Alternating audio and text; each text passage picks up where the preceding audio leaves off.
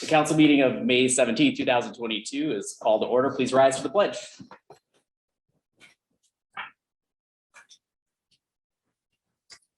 I pledge allegiance to the flag of the United States of America and to the republic for which it stands, one nation, under God, indivisible, with liberty and justice for all. Will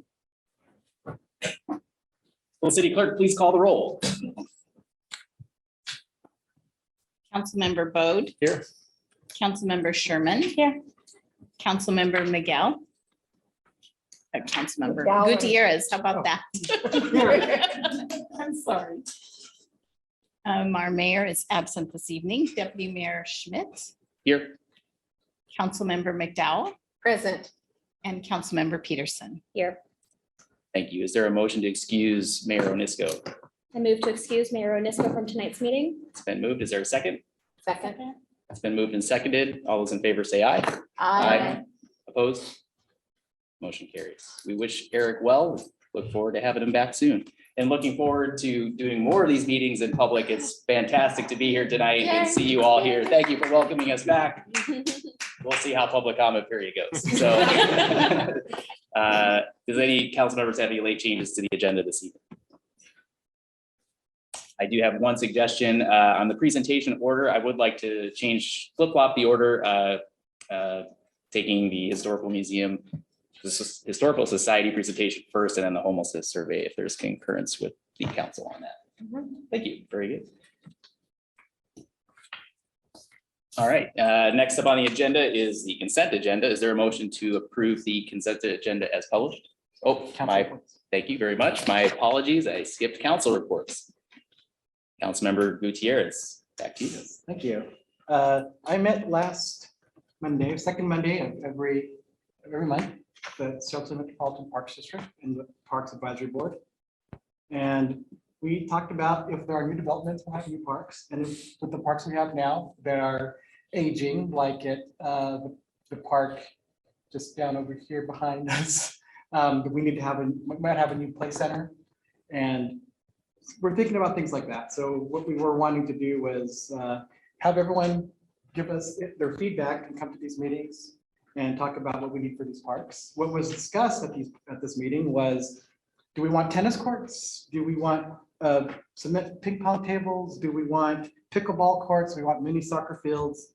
And do we want a disc golf goal in the park? So those are the things we talked about, and we'd like to invite you to come to these meetings second Monday of every month, 5:30 p.m. here.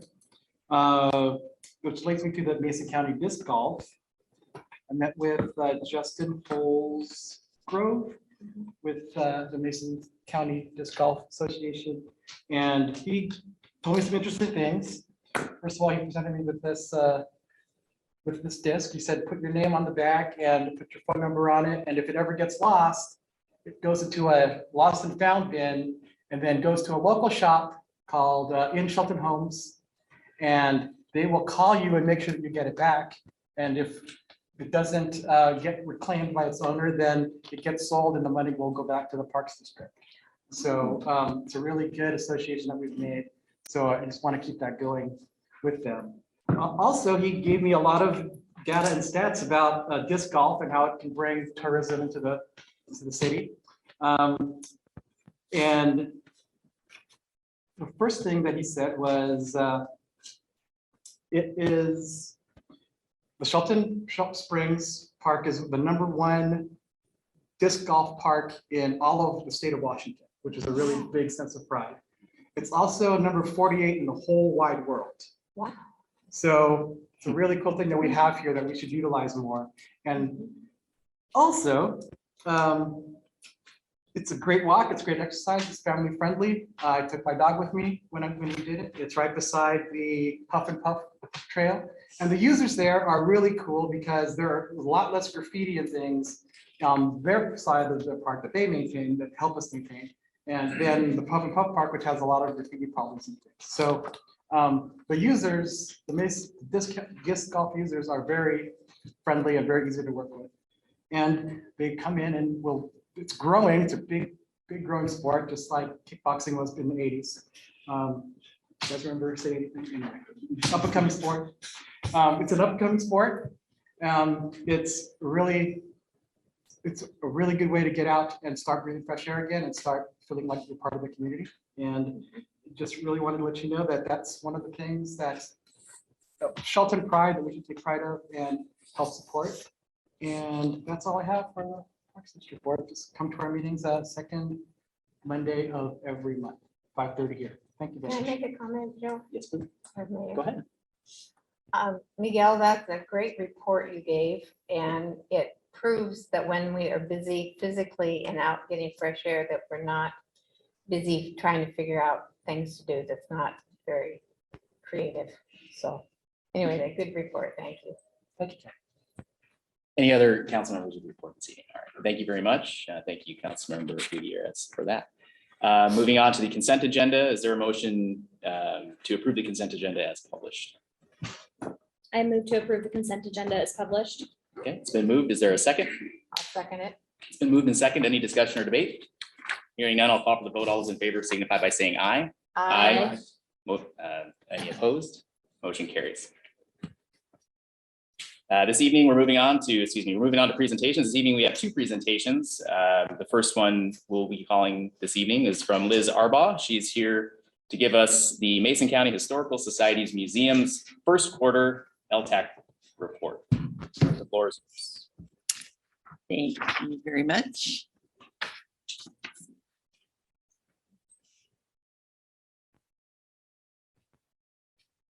If all my pretty pictures come up.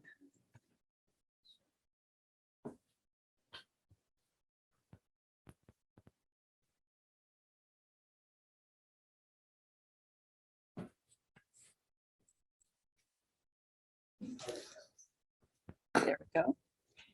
That's page 2. There we go.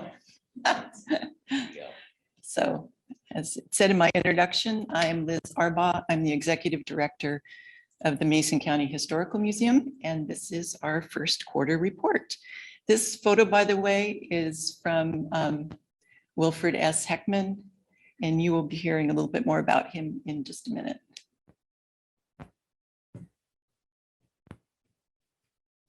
See if I can coordinate notes and all of that. So, the museum caters to both the cultural tourist and the local resident. We're there 5 days a week, year round.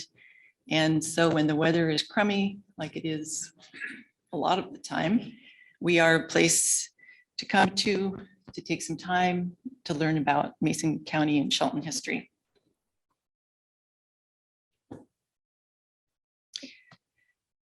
This is also a photo by Heckman. We are implementing creative solutions in fulfilling our mission to preserve, publish, and share the history of Mason County, with our focus on sharing, because sharing is really critical to understanding where we came from and why we're here.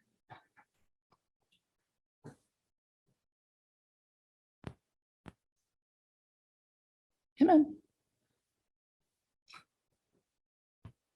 There we go. So this shows a comparison from pre-pandemic to the current attendance. January of this year was kind of the height of the Omicron variant, and so it was a little quiet, but March was 30% higher than it had been before the pandemic. And I think in part, this is because of our program to implement temporary exhibits. We have had repeat visitors, and to quote one, because there's new things to see.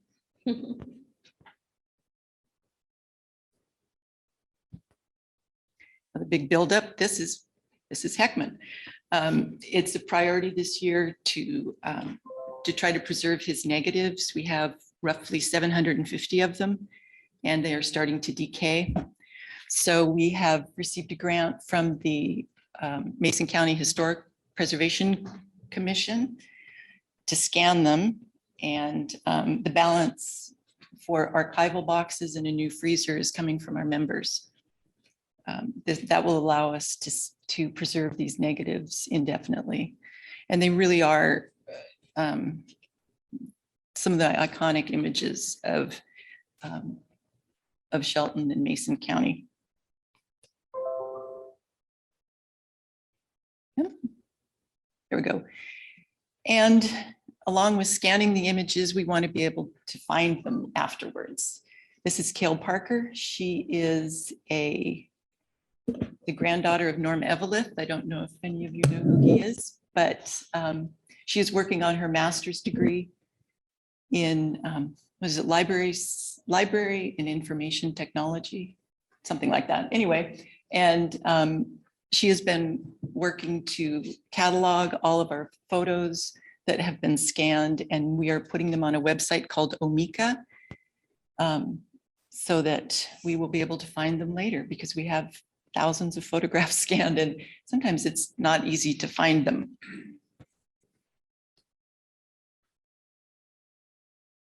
We are also receiving some help from Emily McCann. She is currently the Assistant Director of Admissions at PLU, and she is a student in the Museum Studies program at the University of Washington.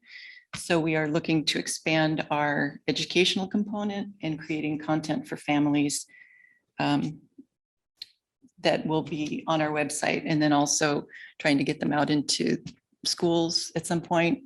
That part has been, we started working with the Shelton School District in probably about February of 2020. So we haven't gotten very far with that yet, but she is helping with that.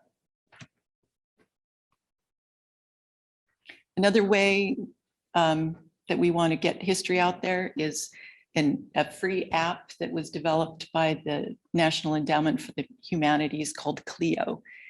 And this will allow us to map sites and provide some of the background of the historical sites in Shelton and in Mason County. So we currently have a paper map, but this is, this will be available on a device that most people already have. Our current exhibit, which is probably coming down tomorrow, has been called Scraps of History, which has quilts from our collection. We've gotten a great response. We had a woman come in today to see the quilts. Last week we had people from Silverdale drive down, and then they go to lunch. So it's been great.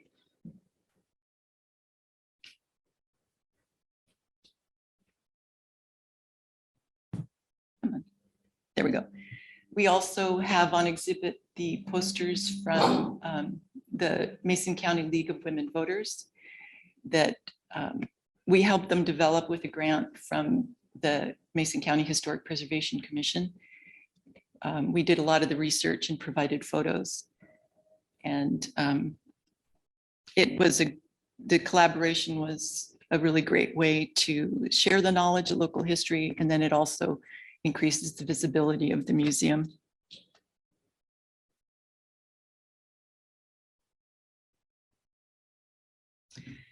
We have an upcoming, actually the date on this is wrong, it's going to be next week, but we have an upcoming special exhibit from Shelton native John Tilzak, who currently lives in Tacoma, but he will be, his exhibit is current black and white photos that he superimposes with stories from the local newspapers from 1910s, 1920s that feature the trials and dangers of logging and just early life for us.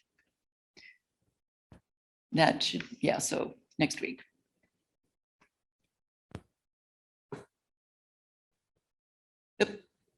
Okay, dang it. All right, there we go. We will be at the Forest Festival and talking about the origins of Keep Washington Green, which began here in Mason County, and featuring artifacts from our collection, like the Smoky Bear head, which was worn by one of our board members, Stan Graham, when he was in the Forest Service in the late 1980s. And then that flag behind it was flown when there was fire danger in Mason County during the 1940s, which was also part of the Keep Washington Green And we have been busy also with other activities. We hosted a reception this quarter for the League of Women Voters. We were at the Matlock Old Timers Fair, and we will be restarting our speakers forum this weekend with Shelton native Gary Strankman.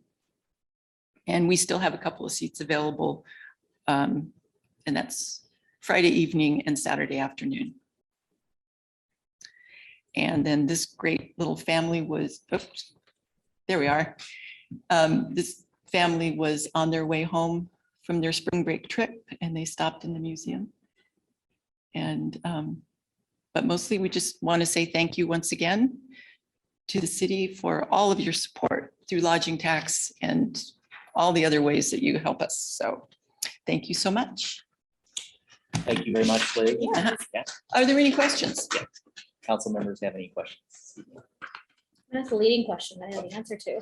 Okay, Since only a portion of your funding comes from city lodging tax funds, are correct. there ways that local residents can help support the museum's endeavors?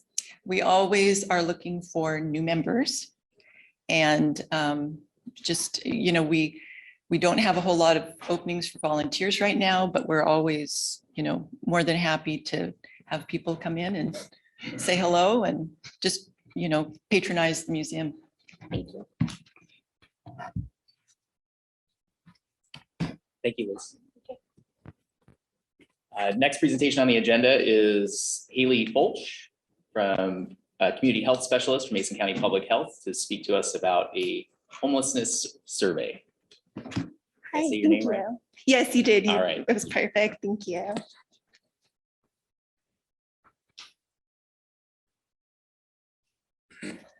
Okay, so yeah, today I'm here to talk of the community take on homelessness, and this is from the business's perspective.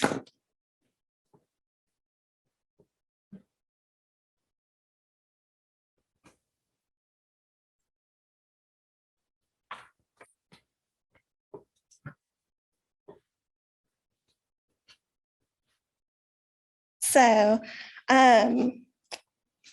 the buildup to this survey was about an article that the mayor presented saying that housing and homelessness is one of the biggest concerns in Mason County. We were also getting ready for our point in time count, which is an annual census to count the minimum number of homeless in our county. And that happened in February of this year. And we currently have a needs assessment underway. But the biggest opportunity from all of this was to ask the businesses in the community and share their experiences that they've had with the homeless population. So this was also a really good opportunity to work with the Chambers of Commerce and Economic Development Council. So the original survey was conducted between the end of January and February and had a total of 15 businesses that were in person. And then a Survey Monkey was created in March for additional sample size. So the survey, it opened up discussions about homelessness, and it asked businesses about their experience with the homeless population, so both positive and negative, and the contributing factors that were thought to lead to homelessness, and also brainstorm solutions to end homelessness in Mason County. So what was found from this was a lot of really good information that I would love to share with you today. So that's why I'm here. So the first thing that was found was for unduplicated individuals that businesses had negative experiences with over a month. It was 13 people, or 52% of the findings was there was 1 to 5. So that means there's approximately 0 to 1 people a week. 6 people, or 26%, said it was 16 or more. So that's approximately 3+ people a week. So looking at this geographically, the biggest population that was found was around Post Office Park, and the businesses within a 2-block radius were most impacted. So this tells us that we're not having negative experiences with the whole homeless population, but there was, that 3 to 5 where services should be focused on. So some common themes that the businesses had was people going to the restroom outside, trash concerns, theft, and sleeping in front of businesses. So from these experiences, the businesses said that they were concerned for safety. They were concerned about these trash issues. They were concerned about people going to the restroom in public. And they were concerned that people have, these mental health and substance use disorders. So the contributing factors that were thought to lead to homelessness was, the number one was facilities for mental health and substance use disorder were needed in our community.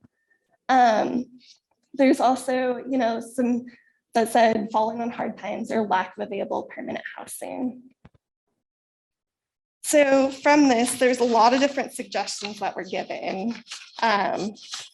So some of them, I took all of these from the surveys directly. So proper care for mental health and substance use disorder are needed.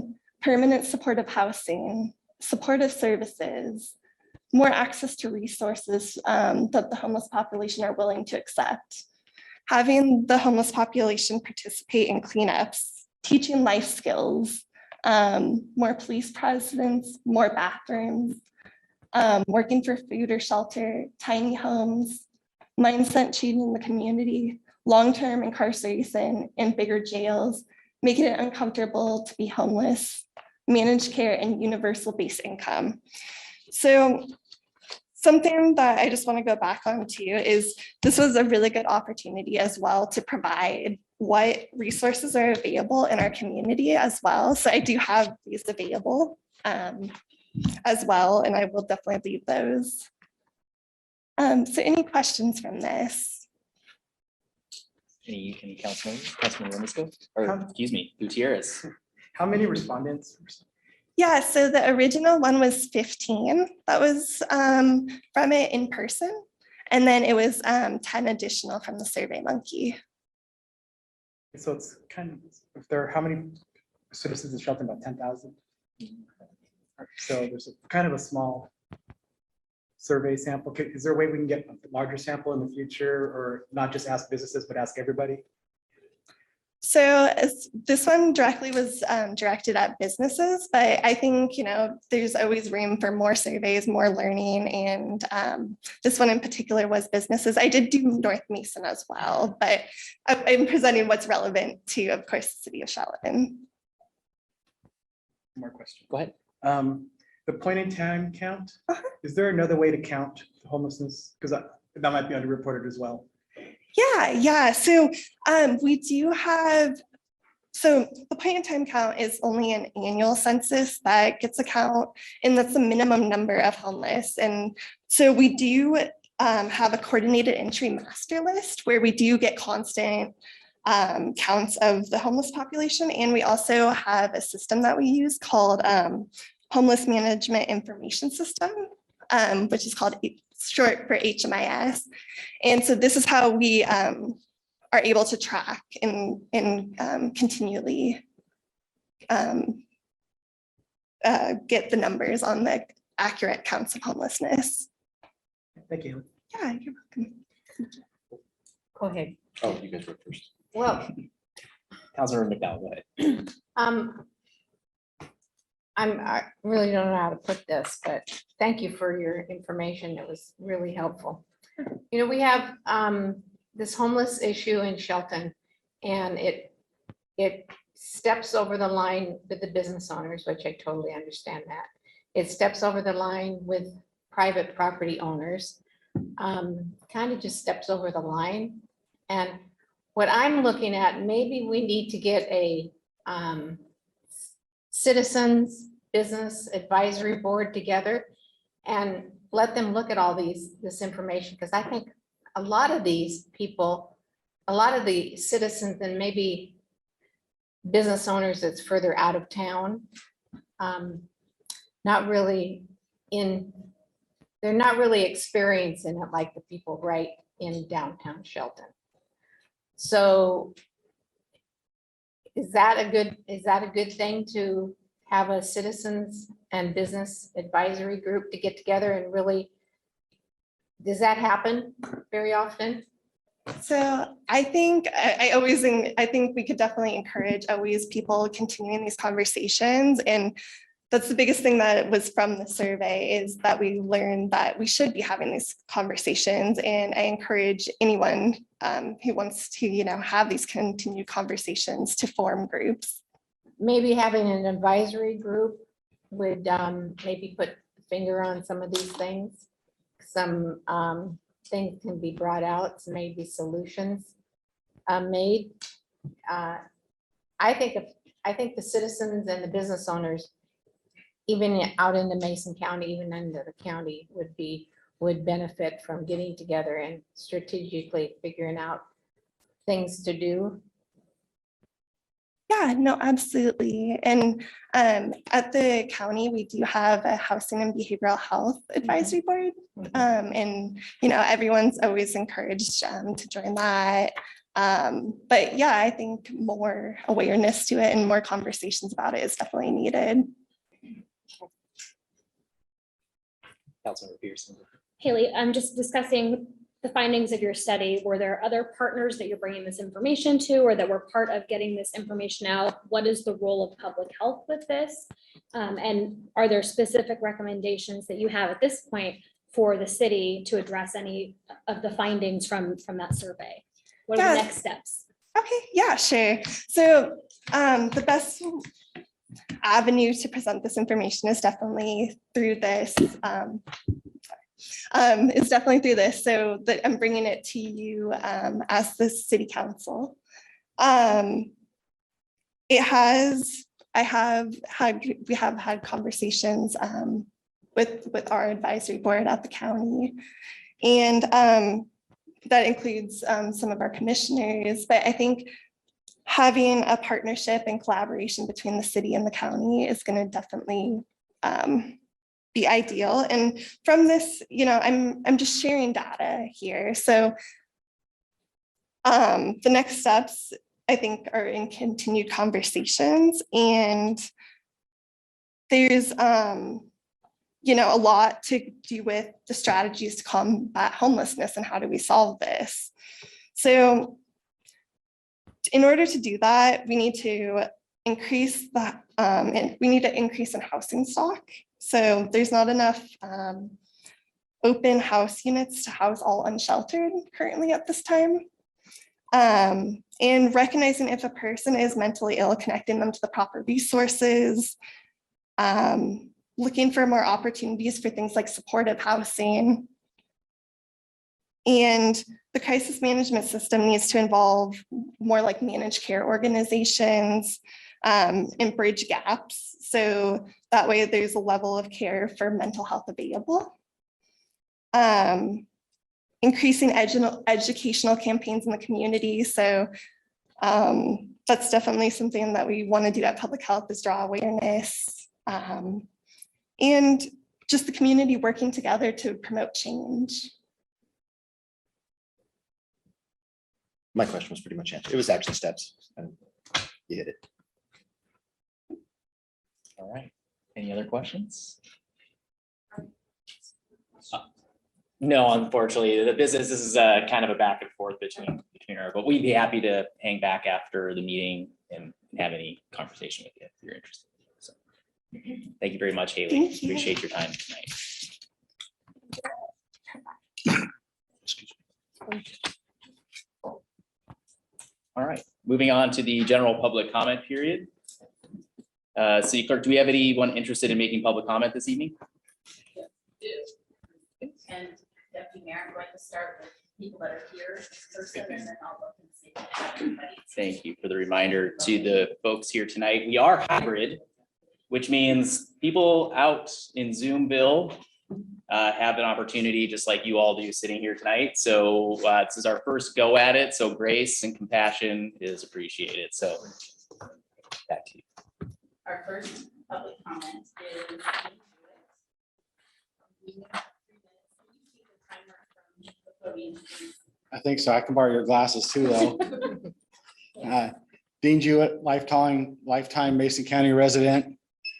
What a great segue into one of my favorite topics, and all of yours as well, I'm sure. Thank you to the young lady for bringing some of those points up. Whether I disagree or agree with some of them, all of them, or none of them. There has to be some action that's taken. There's business owners sitting in this room right now, along with my wife and myself, that are getting fairly fed up with what we have going on downtown. She did make a good point about, Post Office Park, which actually isn't a park. It's owned by the post office, and it doesn't need to be treated as a park. There is a standing no trespassing order issued by the postmaster, just like we have. So police need to have positive and proactive enforcement of those people. And you guys sitting up here as our community members that we've elected you to make these tough decisions. And these are very tough decisions. Don't get me wrong. I mean, there's a lot of people that think that I have zero compassion. Okay, so that's not the case. I will help anybody up all day long. I will never help out. I am tired of enabling, but if you actually want some assistance and some help and a push in that right direction, then I'll get behind you all day long. So I'm begging the individuals that are sitting in front of me to step up and make some of these hard decisions that need to be made. We're getting an influx of people that we haven't ever seen before. And some of the people that had some respect and had some integrity, and I don't like to use the homeless word. It's not the homeless that are causing these problems. The majority of the people that are causing the problems that we have are the drug addicts, the thieves, the mentally impaired, all of these things. How did they get there? I don't know the answers to those questions. How did they get there? They do need a little bit of compassion from us. And some of those people will never be able to make the right type of decisions. So we, as community members, and you have to make those right decisions for them. The people that can actually help themselves, we have enough services. We have plenty of services. There's 7 or 8 different organizations within Shelton that help people out. And there's a lot, and there's some of those that are better than others. I just took a tour up Hillsborough Creek in Goldsboro Creek. There's a huge abandoned camp up there. You'll see the pictures on Facebook. I'll get them sent to all of you guys. People that hand out and help those people, it's not helping them. Thank you. Thank you. Our next person is Jackie Jewett. My wife, by the way. Okay, I think I'm ready. So most of you know that I'm a teacher, and that is my passion, that is my love. I would do anything for those kids, right? My biggest question is, what is best for the kids? And so from my perspective, we need to be thinking about what is best for Shelton. What is best for our community? And so I know that my experiences with the homeless have been different than Dean's. And I have seen students, down there at our food trucks and things, and have asked about how safe it is. And I had an up close personal experience with the homeless lady who came into our parking lot. I had my granddaughters with me. And she just comes in. At first I thought she was just, just being happy. And the closer she got, I could tell that there wasn't something right, and so she got real close. And my granddaughters were afraid and hid behind me. I didn't like that feeling. Our employees are scared. They're scared of these people. We tell them, just call the police. It's like, we have cameras, and our cameras go off all night long. We look at our footage. There's people in our garbage. There's people that are just, defecation, urination, all this stuff happens right there. at our place. And it's frustrating because I want our customers to be safe. I want our kids growing up in Shelton to know that they're safe because that's what's best for kids. So we talk about, and Haley had a lot of good information and I appreciated her doing that. I don't recall that we ever heard about the survey. So under my knowledge, we were not notified. But there are solutions out there. And Kathy, you talked about an advisory board. That's what we need. We need an advisory board to talk about these things, look at the data. The data is there. It's just like I have data on my kids. If I don't do anything with that data, if I don't pull back, and go, hey, what do they need? What do they need to learn? They're not going to learn what they need. So we can't just look at that data. We have to take that data and we have to compile all that information and we have to put all of our brains together and figure out how we can make Shelton beautiful. We talk about tourism, a lot of tourism. You know, we get a lot of people come to our truck from different cities, you know, and so they come through, but do they come back or do they stay? What do they see? We pulled up to the post office park just 2 weeks ago or last week, and the guy's sitting in a chair smoking meth right there on the corner. We called the police, so we don't know what happened, but that's what our kids are seeing. That breaks my heart. So thank you.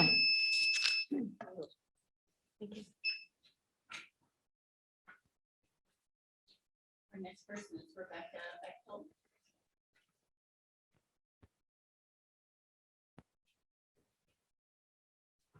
Hi there, I'm Rebecca Bechtold. I'm a lifetime resident of Mason County. I've lived here for 42 years.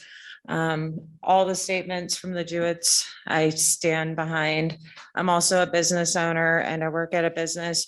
They're both right outside of city limits, like bordering. And so I see it. Like Kathy said, it's going over the city borders. I have a bus stop outside of my business and they come off the bus. I've had full-on multiple hour-long meltdowns in front of my store. I would say it was a services. People come help the gal onto the transit bus and away she went, put on to the transit bus by someone that's supposed to be helping her. And she's now in the arms of the city transit. And that made no sense. I could hear sirens about 2 minutes later, one road over, I assume going to that transit bus to take care of that situation. And I don't know what happened there, but it was hours long. At another business where I work right outside of city limits, we had a gal stripping naked in our parking lot, completely naked. I left there from work that night and I went to the gas station and that is in city limits and she was there stripping naked in their parking lot because I had to move her along. I said, no, you can't do that here. You got to move along. And, you know, after some persuasion, she finally did, but it is a problem. It's trickling out of the city. Honestly, I don't know what we need to do about it, but there are cities that don't allow, you know, homelessness. And I appreciate Haley's surveys as well. One I've been really curious about is how much of our homeless population is actually from here or just coming here for the services we provide. Because like Dean also said, we have lots of services. They're there for the people that want them and want to get them. But how many of these people are actually from here? And so why are we giving out services to all these people instead of moving them along back to where they came from? Maybe Kitsap County or Thurston County. But I've also worked in downtown Shelton. And like I said, I grew up here. I used to run around downtown as a kid and feel safe and fine. We'd go to the movies at 12 years old and, you know, my mom would come pick me up. I would never let my kids do that. Never. Not with the transit system right next to the movie theater there. Like, no way, no how. I've had homeless people walk up to my window before I'm even out of my car at Safeway, trying to get handouts from me. I don't go to Safeway anymore, you know? And so that affects their business. And I'm sure they get a lot of that because I won't go there because of that. It's not right. And that was, you know, it was a couple of years ago when that happened, but it's still going on. Anyways, we need to work on change. I know we can do it. Maybe move them along the best we can. Okay, thank you. Curtis Fosdick.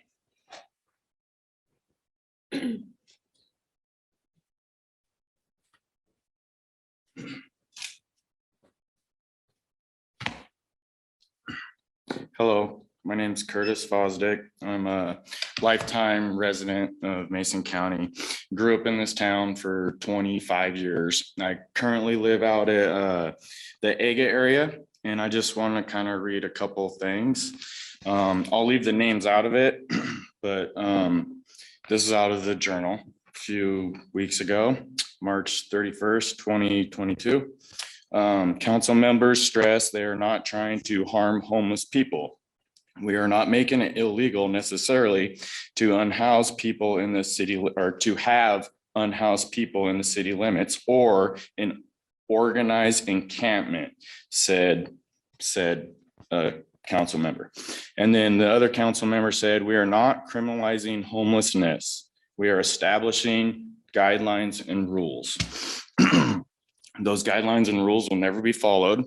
And the first comment was the first two solutions that need to be implemented ASAP, which is making it illegal to have unhoused people in city limits. And then the second solution I would start with is making it illegal to have organized encampments, because they are never going to work out. You can see how our town looks, like the parks. I'm tired of going almost everywhere in the city and seeing hypodermic needles. My kids see them. They're outside of our business and the bus stops. So the solutions that are being presented to you guys by our police chief. Here's another article. It's from the Voice of San Diego in February 28, 2022. And then the headline reads, "Streets of Despair. Street homelessness appears to be surging in San Diego." Well, this is February 28th. This is a few short months after Chief Beeson started her duties up here. She was down there for 20 years. She's started on the task force in 2017, and she started implementing these theories into their community down there. And well, you could tell by the headline, they did not work. They will not work there. They will not work here. So we need to come up with actual solutions that protect the property owners and the voters and the taxpayers of our community, because we are protecting and enabling people that are just destroying our community, and it needs to stop. Thank you.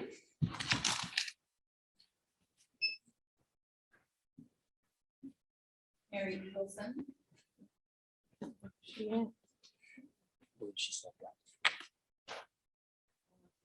Barbara, is it Barbara Southwind?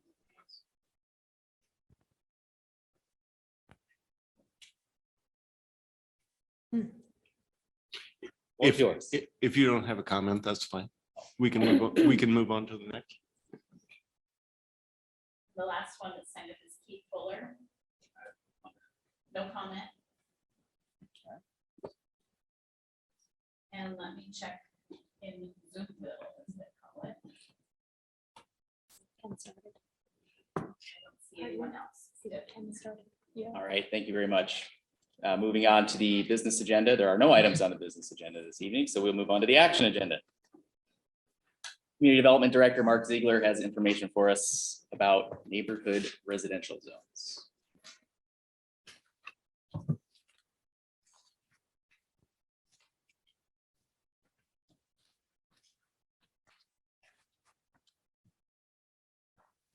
All right, good evening, Deputy Mayor, council members, members of the public.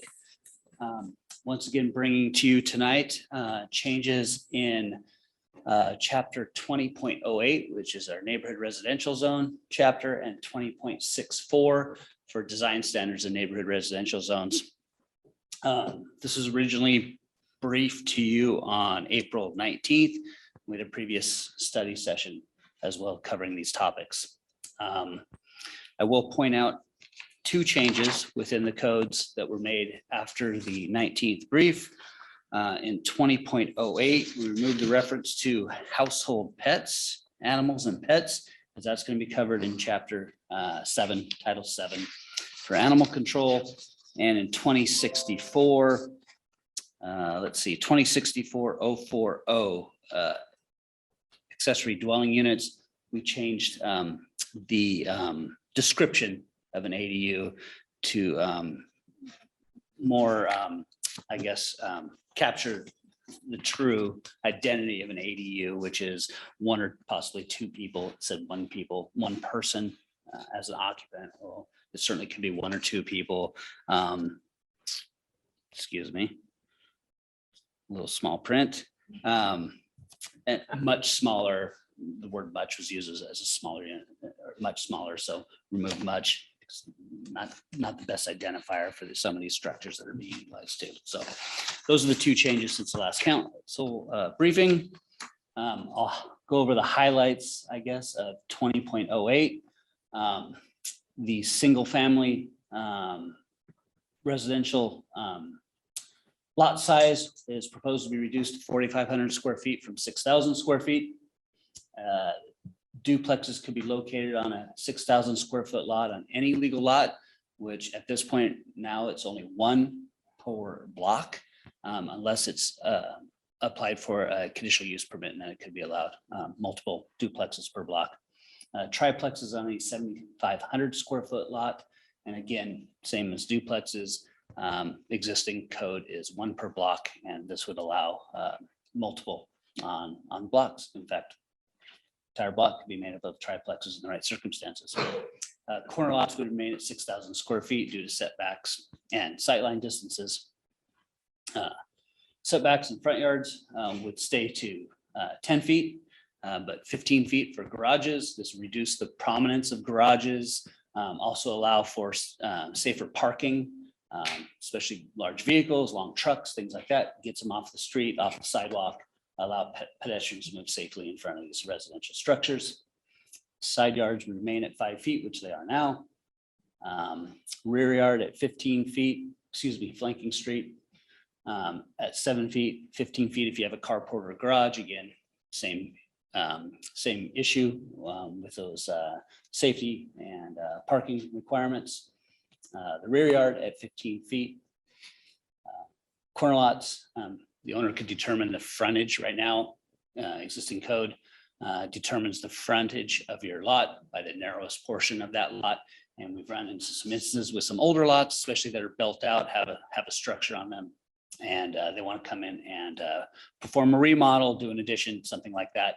And some of the setbacks prohibit those additions. So in that instance, we would allow the owner to determine the frontage of the lot where it applies to the existing structure. Building height would remain at 35 feet.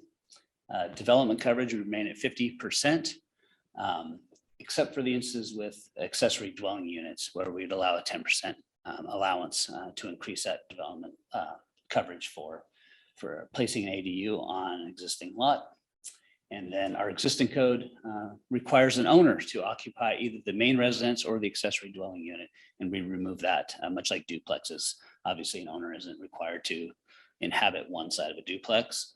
This would be the same case. Owner occupancy would not be required in these instances.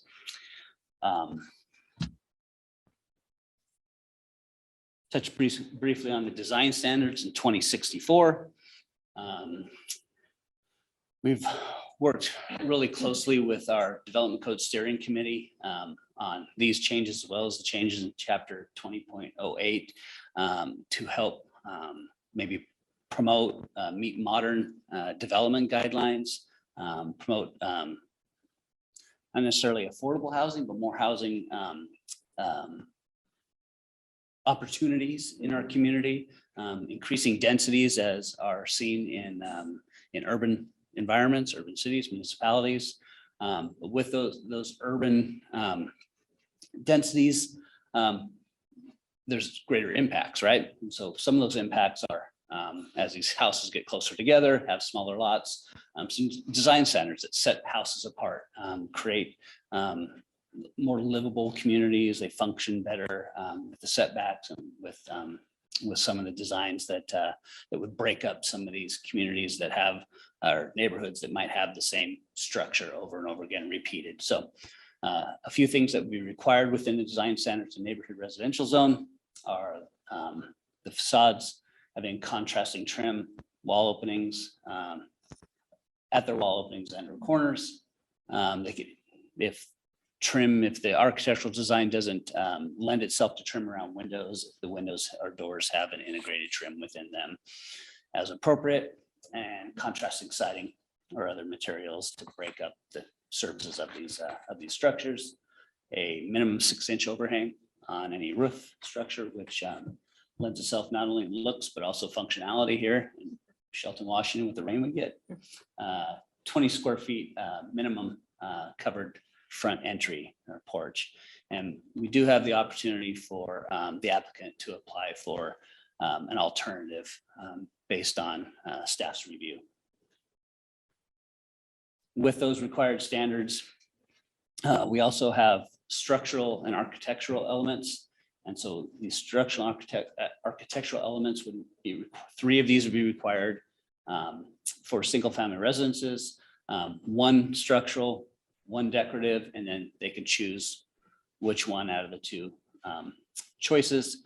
To make up 3, it would progress to duplexes at 5 and triplexes at 7. There's obviously greater impact with those densities with duplexes and triplexes. So we'd try to offset that a little bit more, make it look a little bit more like a single family residential structure within some of these neighborhoods. Some of the options are dormers and gables, hipped roofs, bay windows, offset of exterior walls, roof lines, adding balconies, recess the building entry, things like that are within the structural elements. And then we have decorative elements like shed roof above windows, belly band cladding, knee or eave braces, other siding treatments within the gables, and a multitude of other options that could be selected from, as well as, again, a proposal to staff to deviate from that. If something we haven't covered is proposed, we certainly have the ability to approve those in the future as well. So we believe these changes are fairly well vetted, but we want to give 30 days effective date before these become effective and in place. So it gives us an opportunity to further advertise these changes to our development community and general public over the next 30 days if the council moves tonight. We'll certainly reach out and provide that information and have some more written information, a checklist, if you will, that would go out with our permit packaging. So applicants would know how to proceed to meet some of these design requirements that come forward. We're certainly communicating that now if we go through pre-submission conferences or just inquiries from the building community, development community. We're letting them know that these are potential changes that could come down the pike, so they can plan and be prepared for those if they plan on submitting in the near future. So I think that wraps up my presentation tonight, and I'm open to questions if the council has any. Do we have any public? Do you have any public comment? No, we don't. Deputy Mayor. Thank you very much. Can I get a reading of ordinance number 1984-0222? Ordinance number 1984-0222. Ordinance of the City of Shelton, Washington, repealing and replacing chapter 20.08 and amending chapter 20.64 of the Shelton Municipal Code relating to neighborhood residential zoning and design standards. Thank you very much. Is there a motion? I move to approve ordinance number 1984-0222 as presented. Second that. It's been moved and seconded. Councilmember McDowell. I have one question and one statement.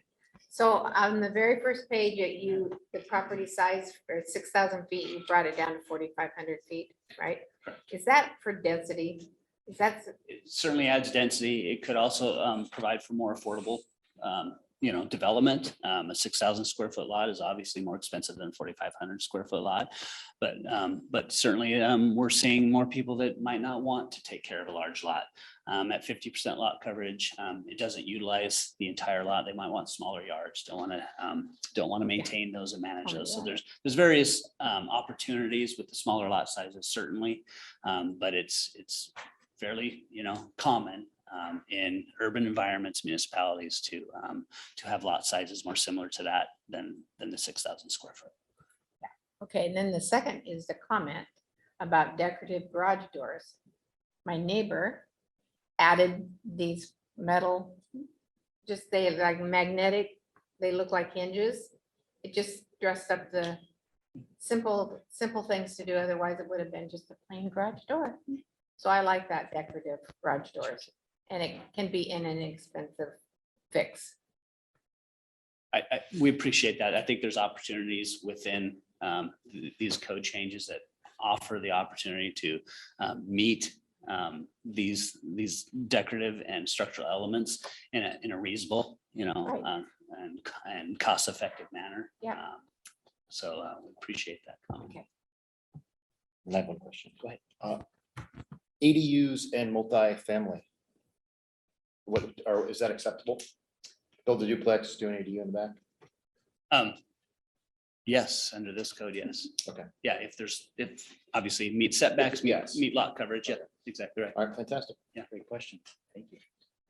Councilman Peterson. So obviously, we've had a lot of work in going into this, and I'd like to thank you and all the members, Keith Fuller and our other members who sat on that committee and provided feedback.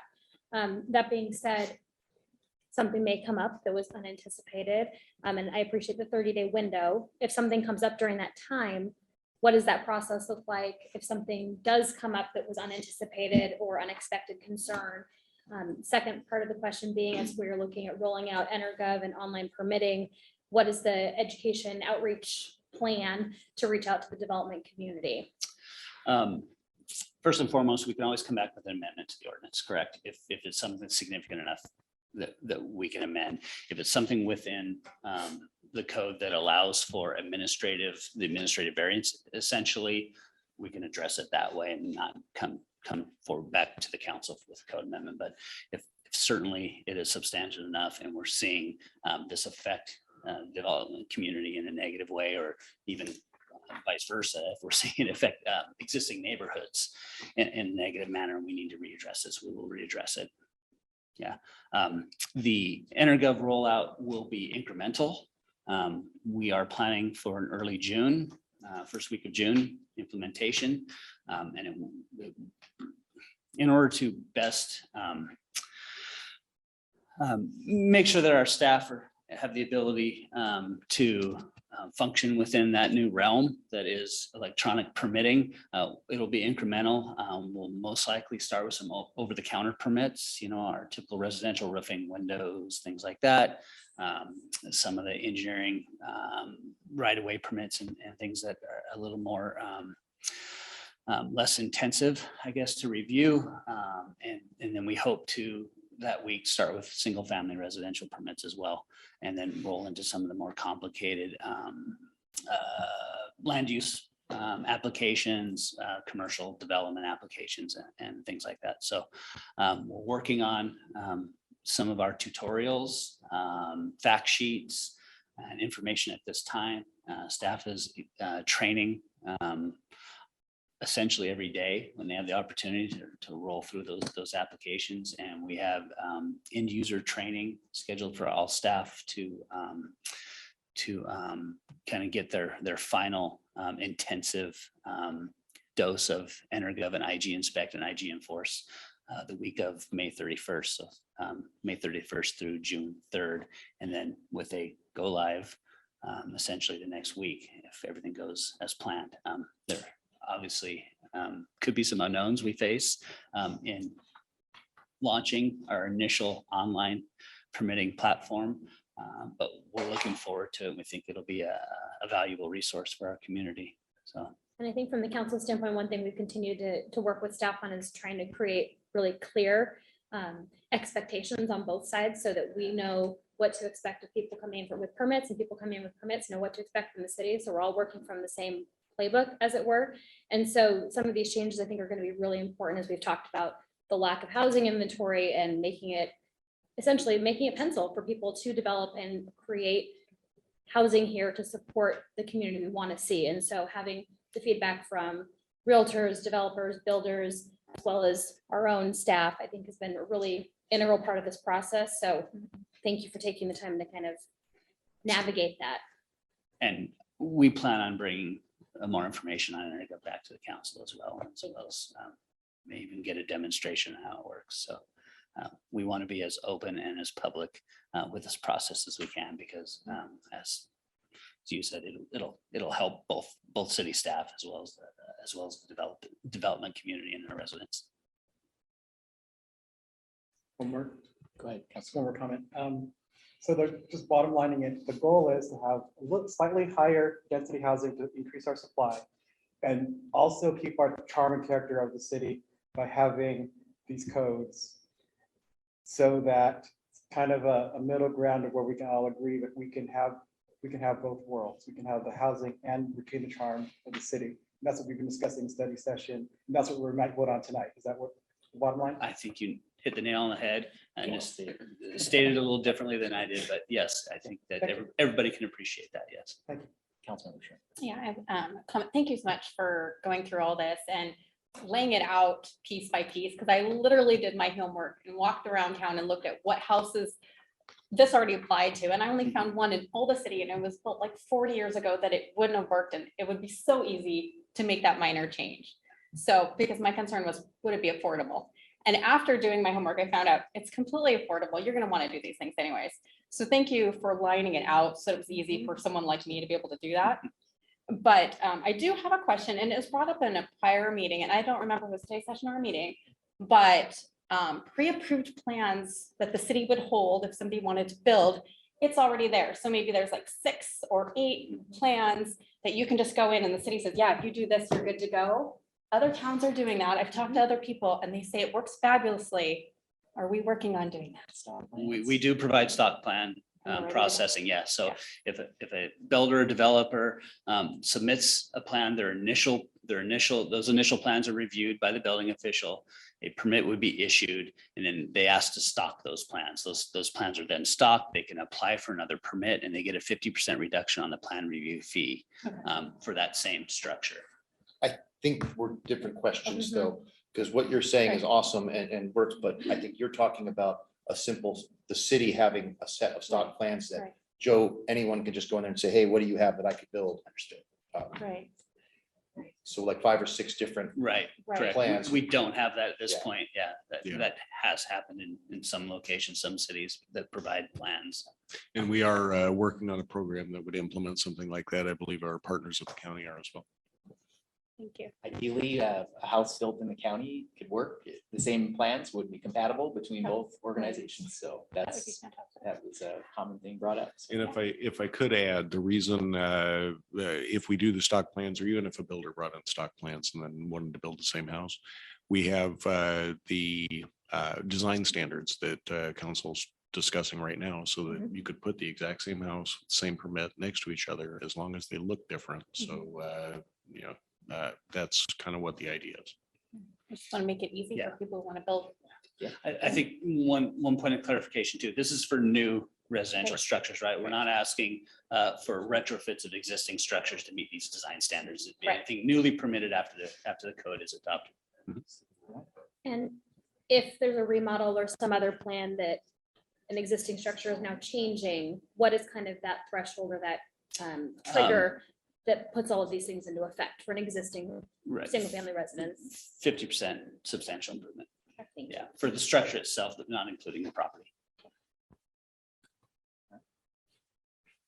any other questions, comments? Thank you very much. Yeah, thank you very much, Director Ziegler. We have a motion and a second on the floor to approve ordinance number 1984-0222 as presented. All those in favor say aye. Any opposed? Motion carries. Moving on to item number 2, an ordinance regarding animal control, and Director Ziegler, or City Manager Knighton. So, floor is yours. So I had understood that we wanted to save this discussion until Mayor Nisco could join us.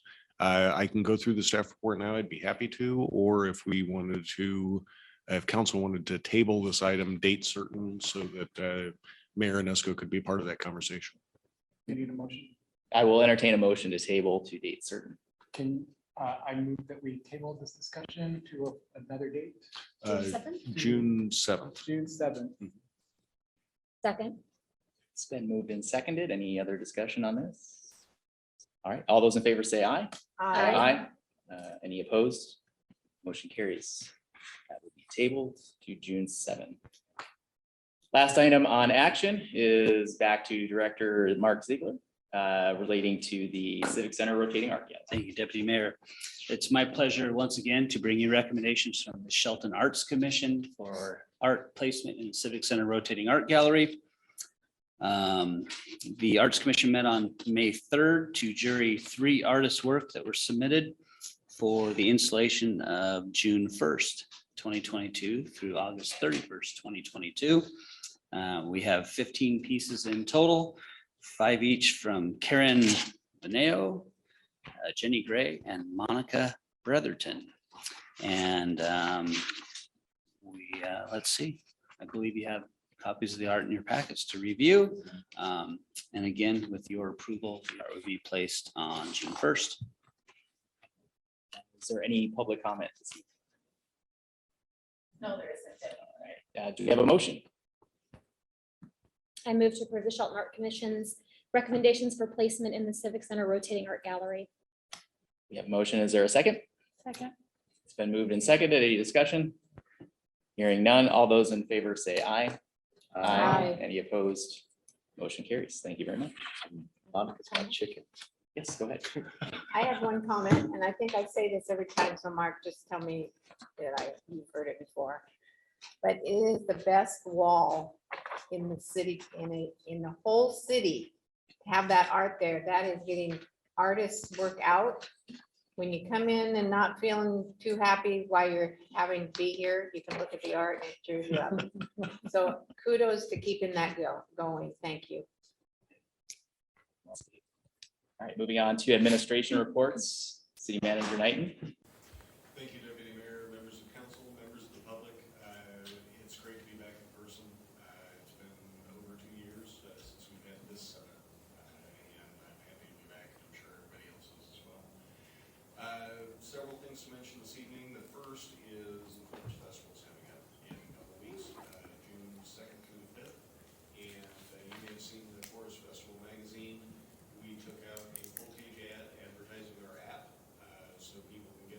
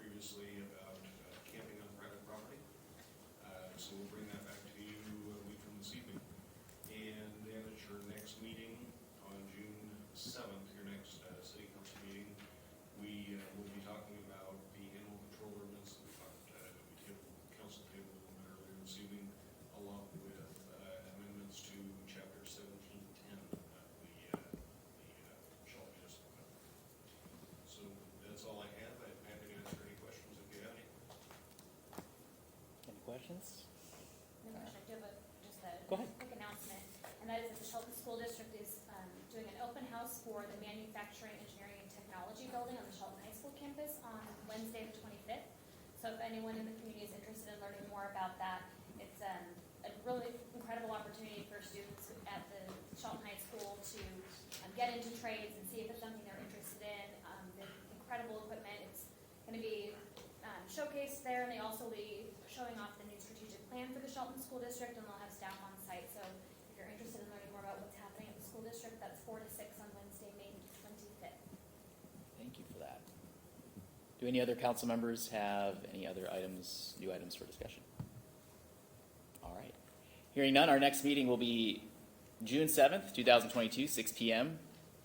If I could, Go Mr. ahead. Mayor, I just want to put into the public record that right after I said Forest Festival, our hybrid version collapsed. So I do Oh, want to put goody. in the record that no decisions have been made after the Zoom went down. So thank you. Thank you. All right. Now we'll move on and move towards adjournment. Our next meeting, June 7th, 2022, 6 p.m. And we have a study session on May 24th, 6 p.m., and that will be on Zoom, correct? So at the moment, we have that scheduled in person on Zoom. Okay. When I asked that question, I didn't receive a majority of council approval to just hold it on Zoom, so we'll be in person when I. All right. Sounds good to me. All right. With that, have a good night. We're adjourned.